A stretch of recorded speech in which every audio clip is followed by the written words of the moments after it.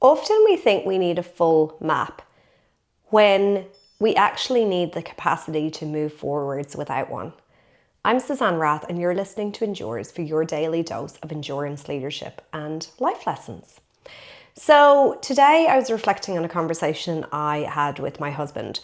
I've spoken in the podcast about a couple of weeks ago. I did a run from Sydney to Newcastle, and the thing about this run is the maps that I had were on AllTrails, and I had basically mapped out the points that I thought my husband had two-wheel drive access to based on a combination of forums and AllTrails and, Google Maps and so on.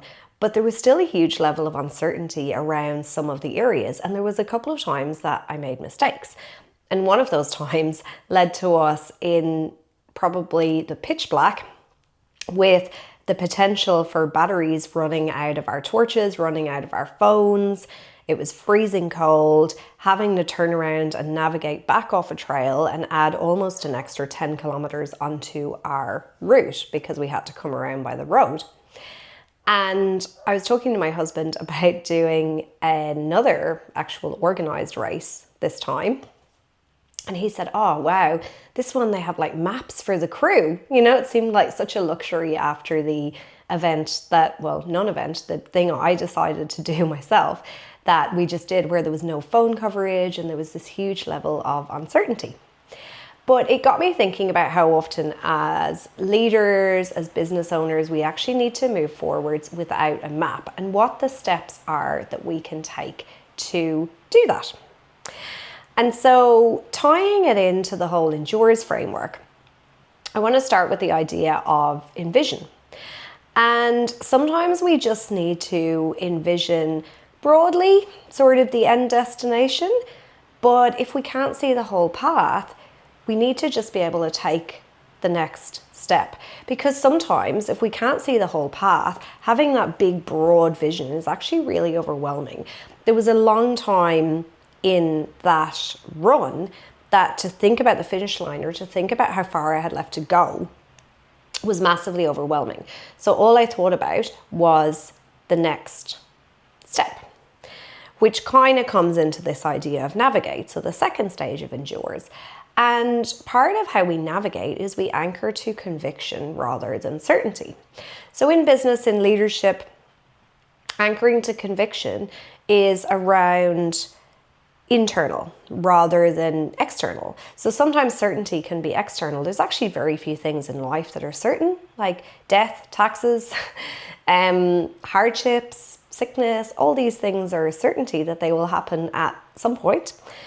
But if we can anchor internally so that we see what aligns with our values, we decide our own standards, our own principles, and use that as our framework, even if we don't have a map for full behavior, we have this conviction compass. So we have like almost an internal map.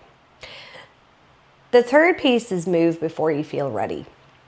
And this is particularly prevalent in this changing world. There is so much talk, particularly in education, about preparing kids for jobs that don't even exist yet. But when we look back over the history of time, I'm sure we were all born when things didn't exist. Like, we didn't have iPhones when I was a kid. We barely had the internet. I remember dial-up. I remember sitting in high school in computer classes with these Macs and learning to do emails and thinking, oh, that's never going to catch on. Now, some of us probably wish it hadn't caught on. But my point is, we need to not get so fixated on what's going to happen or how we don't know what's going to happen and learn how to move forwards into the dark.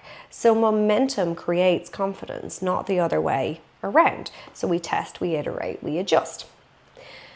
The fourth piece is looking at adapting pace, which is one of my core catalysts in my performance advancement pathway. So rather than constantly just push, sometimes if we move forwards with speed, so we need to move, But we also need to work out where we need to slow down, where we need to reassess, and where we need to change direction. So where to change pace or where to pivot. So we're not just blindly pushing forwards. Now, the fifth piece is how we use recovery. And in this point, it's actually how we use recovery as space. So to create spaciousness, how do we create thinking time to iterate and to intelligently plan the next steps? So if we have this space to reflect, we can recalibrate. When we pause, we use it as strategy rather than laziness. So we are actively creating our own map in these instances. And then the final piece is building our support systems early. So for me, on the run, for example, a couple of weeks ago, it was so much easier to push forward in the dark and to turn around because of flash flooding and to do these things where even though there was a trail, there was times we got lost. There was times there was no signage. There was times the old trail seemed to be just a couple of meters away from us, but we couldn't quite find ourselves on a trail. So we were in a creek bed and there was, elevations either side of us. But having the right support systems made it so much better.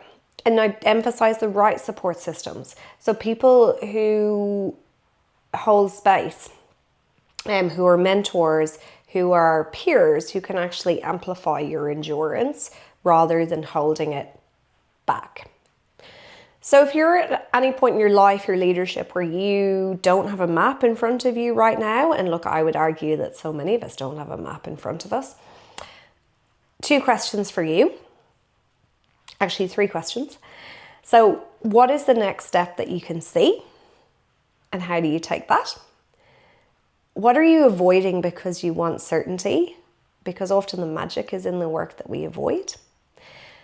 And where do you actually need to move before you feel ready? Thanks for joining me, and I'll see you tomorrow for more from Endures.